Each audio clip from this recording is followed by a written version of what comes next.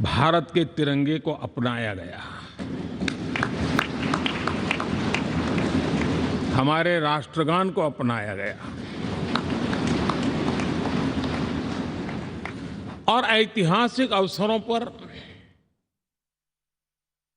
आजादी के बाद भी सभी सरकारों के दरमियान अनेक अवसर आए जब दोनों सदनों ने मिलकर के यहाँ पर भारत के भाग्य को गढ़ने के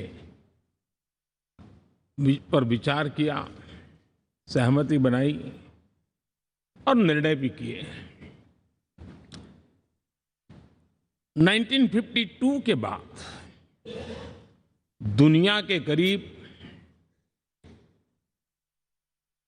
41 राष्ट्राध्यक्षों ने इस सेंट्रल हॉल में हमारे सभी माननीय सांसदों को संबोधित किया है।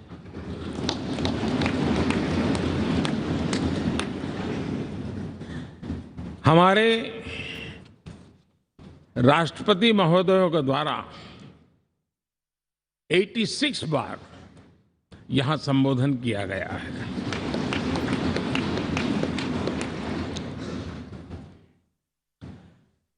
बीते 7 दशकों में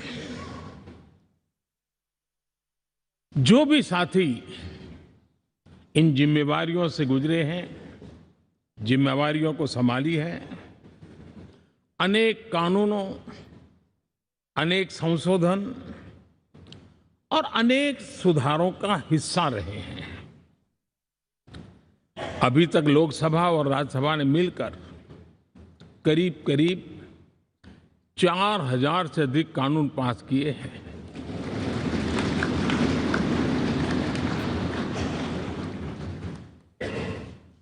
और कभी जरूरत पड़ी तो ज्वाइंट सेशन के माध्यम से भी कानून पारित करने की दिशा में रणनीति बनानी पड़ी और उसके तहत भी दहेज रोकथाम कानून हो, बैंकिंग सर्विस कमीशन बिल हो, आतंक से लड़ने के लिए कानून हो, ये संयुक्त सत्र में पास किए गए हैं, इसी गृह में पास किए गए। इसी संसद में मुस्लिम बहन बेटियों को न्याय की जो प्रतीक्षा थी, शाहबानो केस के कारण कुछ गाड़ी उल्टी पार्टी पर चढ़ गई थी। इसी सदन ने हमारी उस गलतियों को ठीक किया और 3 तलाक विरुद्ध कानून हम सब ने मिलकर के पारित किया। संसद ने बीते वर्षों में ट्रांसजेंडर को न्याय देने वाले कानूनों का भी निर्माण किया। इसके माध्यम से हम ट्रांसजेंडर के प्रति सद्भाव और सम्मान के भाव के साथ उनको नौकरी, शिक्षा, स्वास्थ्य, बाकी जो सुविधाएं हैं, एक गरिमा के साथ प्राप्त कर सके, इसकी दिशा में हम आगे बढ़े। हम सभी ने मिलकर हमारे दिव्यांग जनों के लिए भी उनकी जरूरतों को देखते हुए, उनके एस्पिरेशंस को देखते हुए ऐसे कानूनों का निर्माण किया जो उनके लिए उज्जवल भविष्य की गारंटी बन रहे हैं। आर्टिकल 370 हटाने से लेकर वो विषय ऐसा रहा जो शायद ही कोई दशक ऐसा होगा कि चर्चा न हुई हो, चिंता न हुई हो और मांग न हुई हो। आक्रोश भी व्यक्त हुआ, सभागृह में भी हुआ, सभागृह के बाहर भी हुआ। लेकिन हम सबका सौभाग्य है कि हमें सदन में आर्टिकल 370 से मुक्ति पाने का, अलगाववाद, आतंकवाद के खिलाफ लड़ाई लड़ने का एक बड़ा महत्वपूर्ण कदम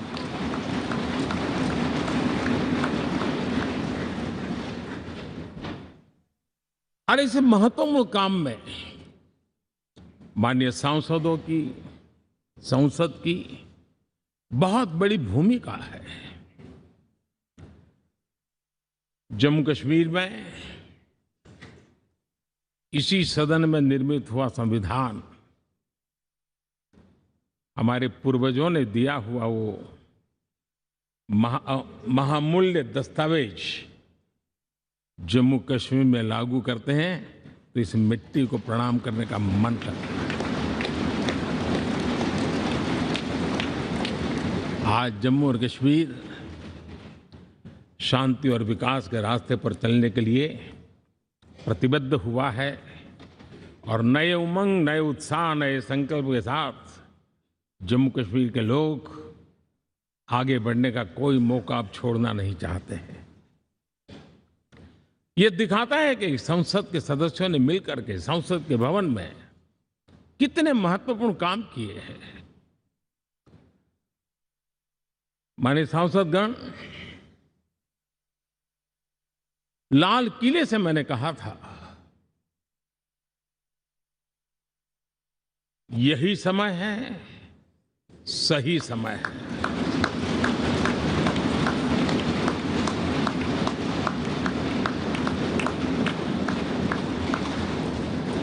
एक के बाद एक घटनाओं की तरफ हम नजर करेंगे।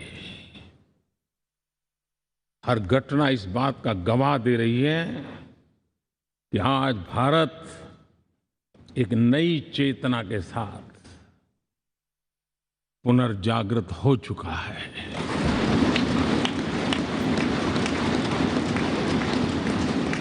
भारत नई ऊर्जा से भर चुका है और यही चेतना, यही ऊर्जा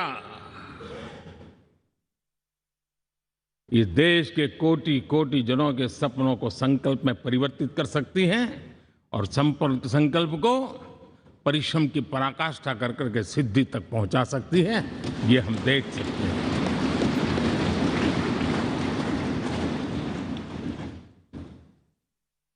और मेरा विश्वास है देश जिस दिशा में चल पड़ा है, इच्छित परिणाम अवश्य प्राप्त होंगे।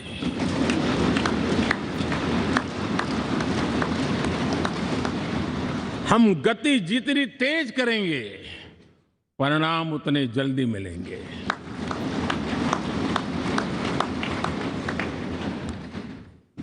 आज भारत 5वीं अर्थव्यवस्था पर पहुंचा है, लेकिन पहले 3 में पहुंचने के संकल्प के साथ बढ़ रहा है।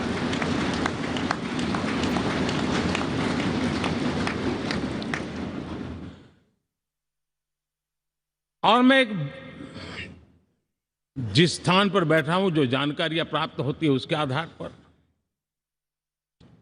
विश्व के गणमान्य लोगों से बातचीत करता हूं, उसके आधार पर मैं बड़े विश्वास से कह रहा हूं, हम में से कुछ लोगों की निराशा हो सकती है, लेकिन दुनिया आश्वस्त है कि भारत टॉप 3 में पहुंच के रहेगा।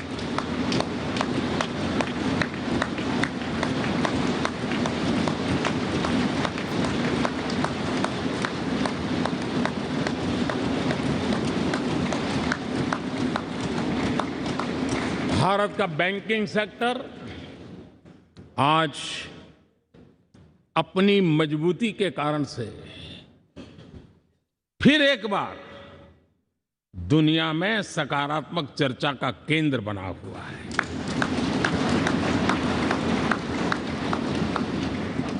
भारत का गवर्नेंस का मॉडल, यूपीआई,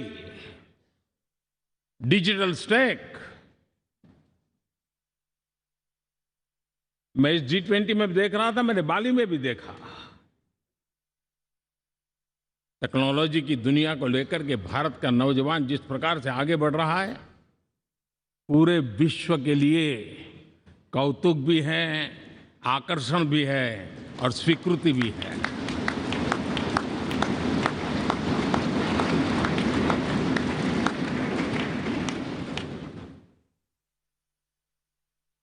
हम सब उस ऐसे कालखंड में हैं, मैं कहूंगा हम लोग एक भाग्यवान लोग हैं। ऐसी भाग्यवान समय में हमें कुछ दायित्व निभाने का अवसर आया है और हमारा सबसे बड़ा भाग्य है कि आज इंडियन एस्पिरेशंस उस ऊंचाई पर हैं जो शायद पिछले 1000 साल में नहीं रहे होंगे।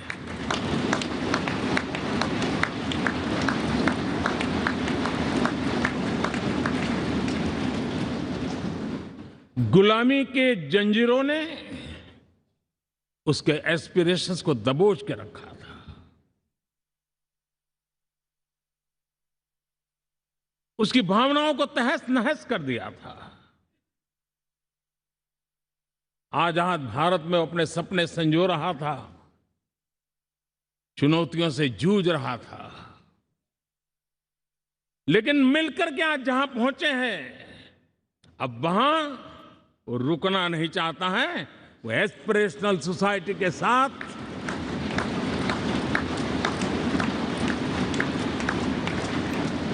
नए लक्ष्य गढ़ना चाहता है।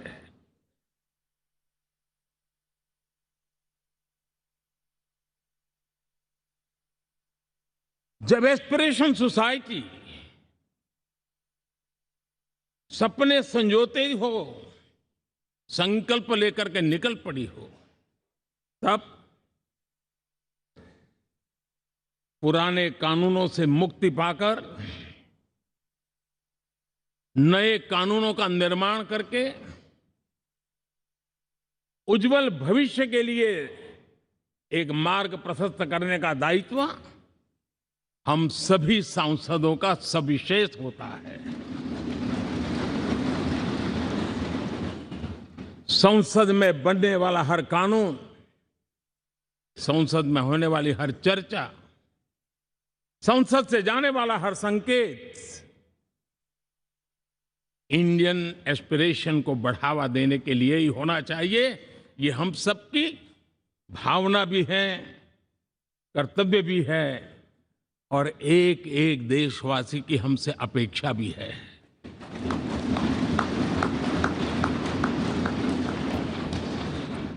हम जो भी रिफॉर्म करें उसके मूल में इंडियन एस्पिरेशन सबसे सर्वोच्च पद पर होना चाहिए, प्राथमिकता पर होना चाहिए।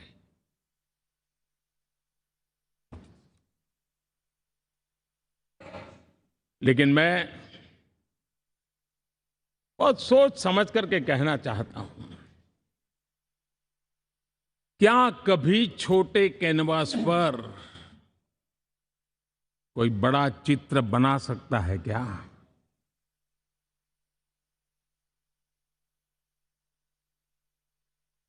जैसे छोटे कैनवास पर बड़ा चित्र नहीं बन सकता, वैसे हम भी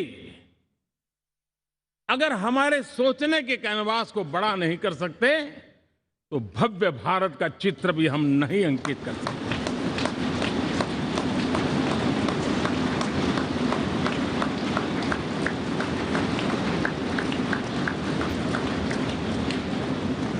75 साल का हमारे पास अनुभव है। हमारे पूर्वजों ने जो कुछ भी रास्ते बनाए उससे हमने सीखा है। हमारे पास एक बहुत बड़ी विरासत है। इस विरासत के साथ अगर हमारे सपने, हमारे संकल्प जुड़ जाए, हमारा सोचने का दायरा बदल जाए, हमारा कैनवास बड़ा हो जाए, तो हम भी उस भव्य भारत के चित्र को अंकित कर सकते हैं, उस तस्वीर का खाका खींच सकते हैं, उसमें रंग भरने का काम हम भी कर सकते हैं और आने वाली पीढ़ी को वो भव्य दिव्य मां भारती के हम उनको सुपुर्द कर सकते हैं। दोस्तों, अमृतकाल के 25 वर्षों में भारत को अब बड़े कैनवास पर काम करना ही होगा। अब हमारे लिए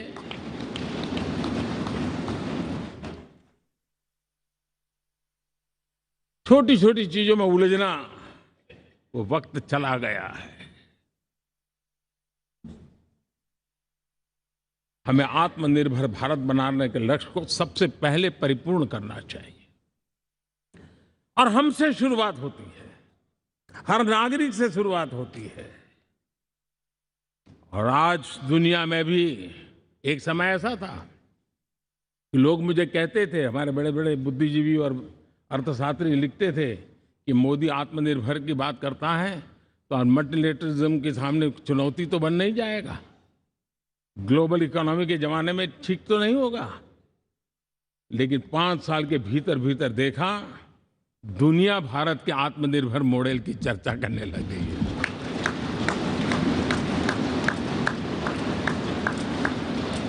और कौन हिंदुस्तानी नहीं चाहेगा कि डिफेंस सेक्टर में आत्मनिर्भर हो, एनर्जी सेक्टर में हम आत्मनिर्भर हो, एडिबल ऑयल, क्या इस देश को आत्मनिर्भर नहीं होना चाहिए? कृषि प्रधान देश हम कहते हैं, खाने का तेल क्या अब देश बाहर से लाएगा? बहुत समय की मांग है कि हमें आत्मनिर्भर भारत को संकल्प को पूरा करना, ये हम सबका दायित्व है। उसमें दल आड़े नहीं आते हैं, सिर्फ दिल चाहिए, देश के लिए चाहिए।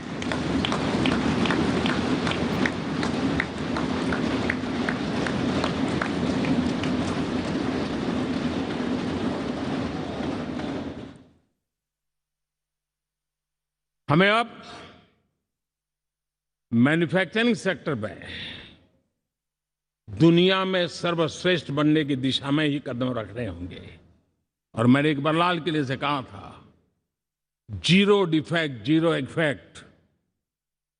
हमारे प्रोडक्ट में कोई डिफेक्ट ना हो, हमारी प्रक्रिया में पर्यावरण पर कोई इफेक्ट ना हो, ऐसा जीरो डिफेक्ट जीरो इफेक्ट वाला हमें दुनिया के सामने मैन्युफैक्चरिंग क्षेत्र में जाना होगा। हमारे डिजाइनर,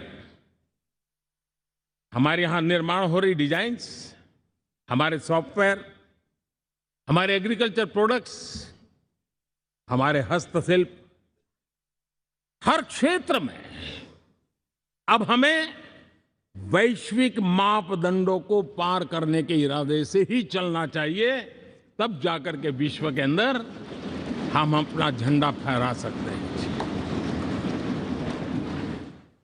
मेरे गांव में मेरा सबसे अच्छा माल हो, इतनी बात नहीं चलेगी। मेरे राज्य में मेरा सबसे अच्छा प्रोडक्ट नहीं चलेगा, मेरे देश में मेरा सबसे अच्छा प्रोडक्ट नहीं चलेगा, दुनिया में मेरा प्रोडक्ट सबसे अच्छा होगा, ये भाव हमें पैदा होगा।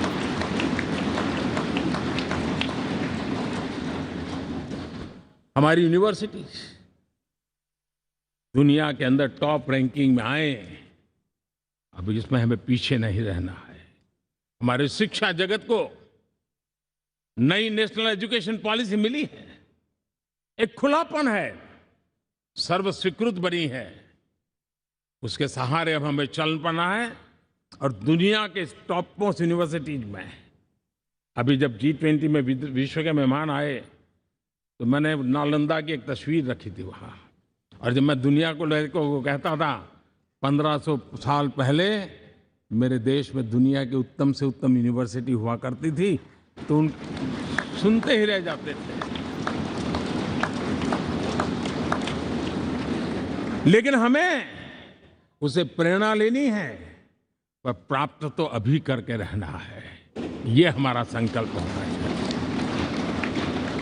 आज हमारे देश का नौजवान खेल जगत के अंदर दुनिया में हमारी पहचान बना रहा है। टियर 2, टियर 3 सिटी से, गांव, गरीब परिवारों से, गांव से देश के नौजवान, देश की बेटे बेटियां आज खेलकूद के जगत जीवन में हमारा नाम रोशन कर रही है। लेकिन देश चाहता है और देश का संकल्प होना चाहिए कि अब खेलकूद के हर पोडियम पे हमारा तिरंगा भी लहराता होगा।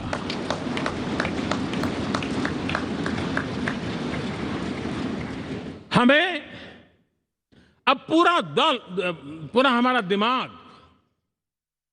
क्वालिटी पर फोकस करना ही होगा, ताकि हम विश्व की आशा अपेक्षाओं के अनुकूल और भारत के सामान्य मानव के जीवन में भी क्वालिटी ऑफ लाइफ के प्रति जो एस्पिरेशन बढ़ा है, उसको हम एड्रेस कर पाए।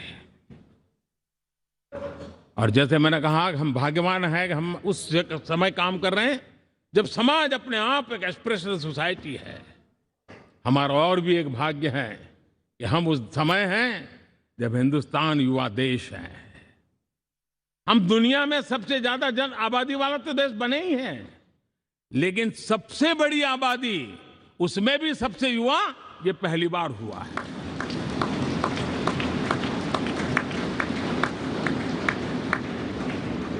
जिस देश के पास ये युवा शक्ति हो, युवा सामर्थ्य हो, तब हमें उसकी टैलेंट पे भरोसा है, हमें उसकी संकल्प शक्ति पे भरोसा है, उसकी साहस में हमें भरोसा है। और इसलिए हम चाहते हैं कि दुनिया में भारत का युवा अग्रिम पंक्ति में नजर आना चाहिए, वो स्थिति पैदा होनी चाहिए। आज पूरी दुनिया को स्किल मैन पावर की बहुत बड़ी जरूरत है और भारत विश्व की इस आवश्यकता की पूर्ति के लिए अपने आप को सज्ज कर सकता है और उन आवश्यकताओं को पूरी कर करके दुनिया में अपनी एक जगह भी बना सकता है।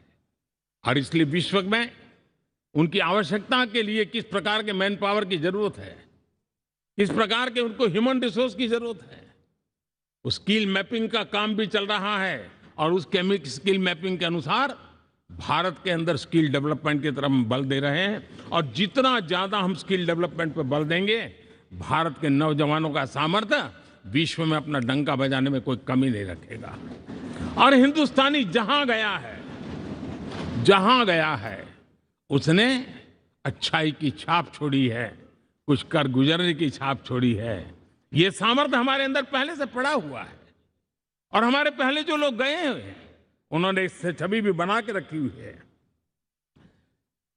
आपने देखा होगा पिछले दिनों करीब 150 नर्सिंग कॉलेज एक साथ खोलने का निर्णय किया। पूरे दुनिया में बहुत बड़ी रिक्वायरमेंट है नर्सिंग की। हमारी बहन, हमारी बेटियां, हमारे बेटे उस क्षेत्र में दुनिया में पहुंच सकते हैं, आसानी से पहुंच सकते हैं। पूरे विश्व की जरूरत है और ये तो मानवता का काम है जिसमें हम पीछे नहीं रहेंगे। आज मेडिकल कॉलेजेस का इतना व्यापक रूप से निर्माण देश की आवश्यकता तो पूरी करनी ही करनी है, दुनिया की आवश्यकताओं में भी योगदान दे सकते हैं। कहने का तात्पर्य यही है, हर छोटी चीज पर बारीकी से ध्यान देते हुए, उस पर अपना ध्यान केंद्रित करते हुए हमें आगे बढ़ना है। हमें भविष्य के लिए सही समय पर सही फैसले भी लेने होते हैं। हम फैसलों को टाल नहीं सकते। हम राजनीतिक लाभ नुकसान के गणा भाग के अंदर अपने आप को बंधित नहीं बना सकते हैं। हमें तो देश के एस्पिरेशन के लिए हिम्मत के साथ नए निर्णय करने होते हैं। आज सोलर पावर के सफल मूवमेंट्स हमारी भावी पीढ़ी के लिए एनर्जी क्राइसिस से मुक्ति की गारंटी दे रहा है। आज मिशन हाइड्रोजन आने वाले दिनों में जो एनवायरनमेंट की चिंता है, जो टेक्नोलॉजी में बदलाव आ रहा है, उसके समाधान का रास्ता देने का सामर्थ्य रखती है।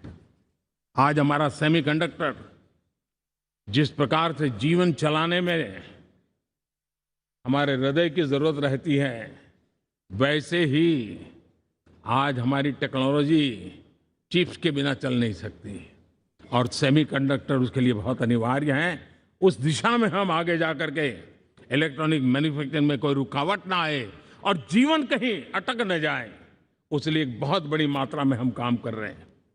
जल जीवन मिशन, हर जिले में 75 अमृत सरोवर, हमारी भावी पीढ़ी को, हमारे बच्चों को उनको कभी पानी के बिना तरसना न पड़े, इसकी चिंता हम आज कर रहे हैं। विश्व के बाजार में हमारा हर व्यापार कारोबार पहुंचे,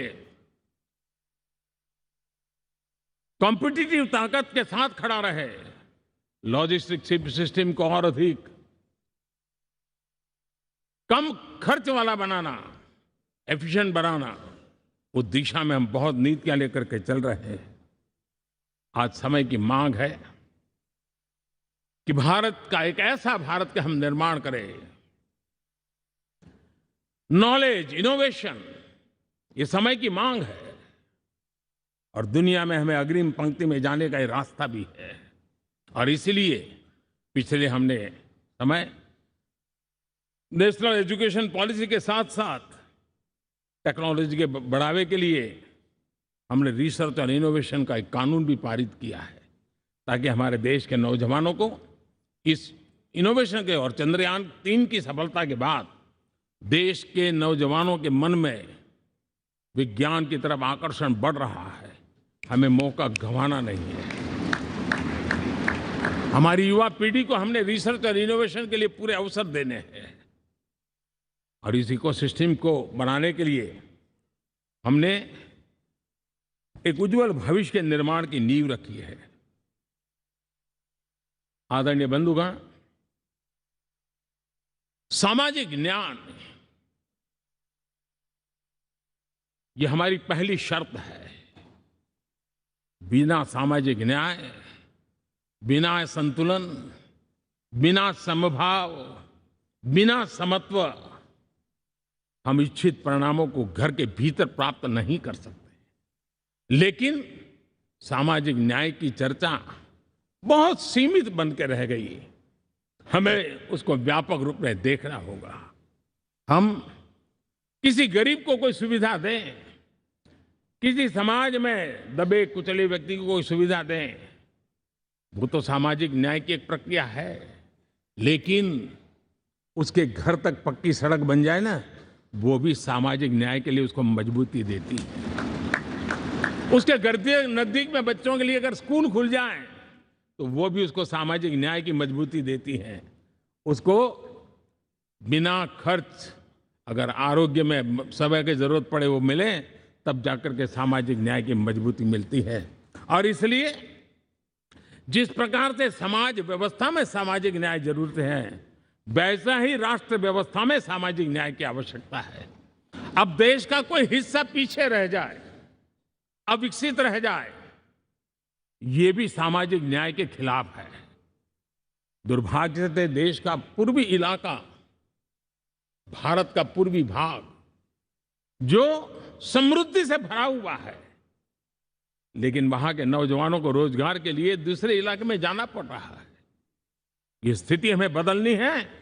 हमारे देश के उस पूर्वी भाग को, इलाका को समृद्ध बना करके सामाजिक न्याय की मजबूती भी हमने देनी है। असंतुलित विकास, शरीर कितना भी स्वस्थ क्यों न हो, लेकिन एक उंगली को भी अगर लकवा मार गया है तो शरीर स्वस्थ नहीं माना जाता है। भारत कितना ही समृद्ध हो, लेकिन कोई अंग उसका दुर्बल रह जाए तो भारत समृद्धि में पीछे है, मानना पड़ेगा। और इसलिए हम सर्वांगीण विकास के पक्ष में, सामाजिक न्याय की उस ऊंचाई को प्राप्त करने के पक्ष में, दिशा में हमें आगे बढ़ना है। चाहे पूर्वी भारत हो, चाहे नॉर्थ ईस्ट हो, हमें उन चीजों को प्राप्त करना। और उसी लिए जो रणनीति कितनी सफल हुई है, 100 एस्पिरेशनल डिस्ट्रिक्ट पर विशेष काम किया, नौजवान अफसरों को लगाया गया, एक स्ट्रेटेजी बनाई गई। आज दुनिया उस मॉडल की चर्चा कर रही है और आज 100 डिस्ट्रिक्ट देश के कोने कोने में जो पीछे माने जाते थे, उसको बोझ मान लिया गया था।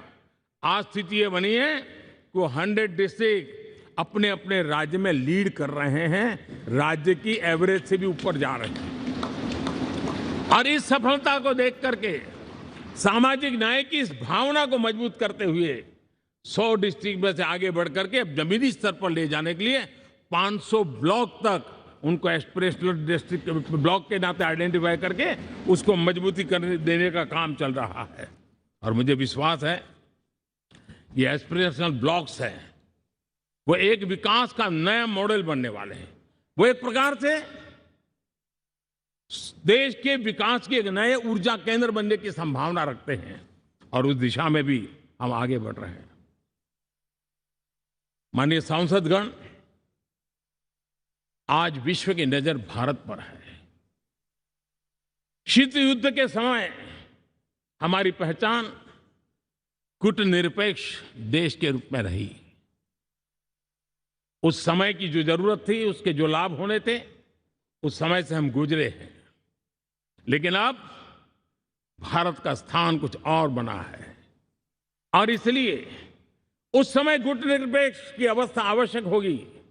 आज हम उस नीति को लेकर के चल रहे हैं, जिस नीति को अगर हमें पहचानना है तो विश्व मित्र के रूप में हम आगे बढ़ रहे हैं। हम दुनिया से मित्रता कर रहे हैं, दुनिया हमारे में मित्र खोज रही है। ये शायद विश्व में एक भारत ने और दूरी नहीं, हो सके उतनी निकटता, उस रास्ते पर चल करके भी हम अपने विश्व मित्र के रूप में भाव आज सफलतापूर्वक आगे बढ़ा रहे हैं। और मुझे लगता है कि इसका लाभ आज भारत को हो रहा है। भारत आज दुनिया के लिए एक स्टेबल सप्लाई चेन के रूप में उभर रहा है और आज विश्व की ये जरूरत है और उस आवश्यकता की पूर्ति करने का काम G20 में भारत ग्लोबल साउथ के आवाज बनकर के उभरा है। ये बीज G20 समिट में जो बीज बोया गया है, मेरे देशवासी आने वाले समय देखेंगे कि वो ऐसा वटवृक्ष बनने वाला है, ऐसा वटवृक्ष बनने वाला है, विश्वास का ऐसा वटवृक्ष बनने वाला है जिसकी साया में आने वाली पीढ़ियां सदियों तक एक गर्व के साथ अपना सीना तान करके खड़ी रहेगी। ये मुझे विश्वास है।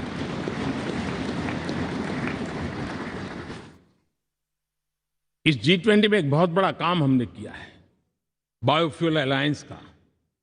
हम विश्व के नेतृत्व करते रहे, दिशा दे रहे हैं और विश्व को बायोफ्यूल अलायंस में दुनिया के सभी देश देखते ही देखते उसकी सदस्यता ले रहे थे और एक बहुत बड़ा आंदोलन खड़ा होने जा रहा है और जिसका नेतृत्व ये हमारा भारत कर रहा है।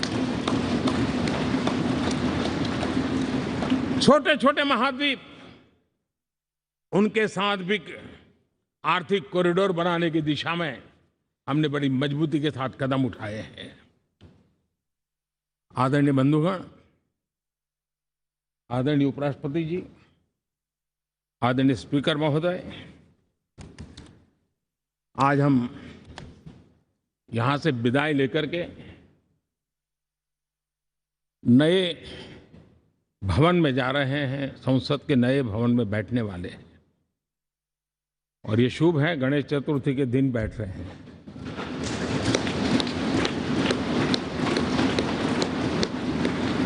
लेकिन मैं एक आप दोनों महानुभावों को एक प्रार्थना कर रहा हूं, एक विचार आपके सामने रख रहा हूं। मैं आशा करता हूं कि आप दोनों मिलकर के उस विचार पर जहां भी जरूरत पड़े मंथन करके कुछ निर्णय अवश्य कीजिए। और मेरी प्रार्थना है, मेरा सुझाव है कि अब हम जब नए सदन में जा रहे हैं तब इसकी गरिमा कभी भी कम नहीं होनी चाहिए।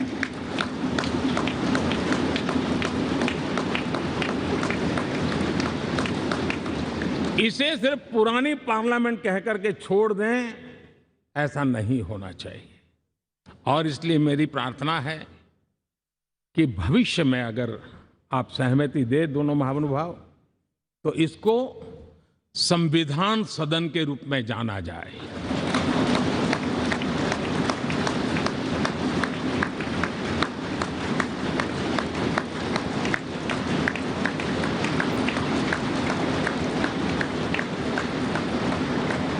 ताकि ये हमेशा हमारे रक्षा के लिए हमारी जीवन प्रेरणा बनी रहेगी।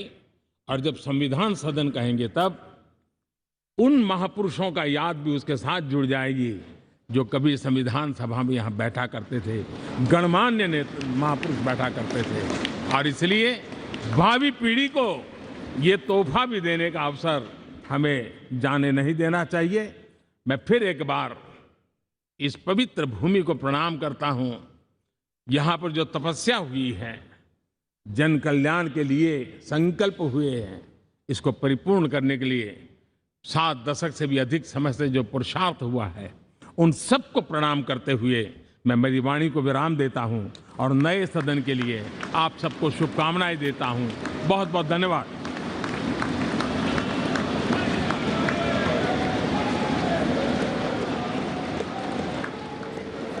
बहुत बहुत धन्यवाद मान्यवर। अब मेरा विनम्र निवेदन माननीय उपराष्ट्रपति जी एवं राज्यसभा सभापति श्री जगदीप धनखड़ जी से कि आप हम सभी का मार्ग प्रशस्त करें।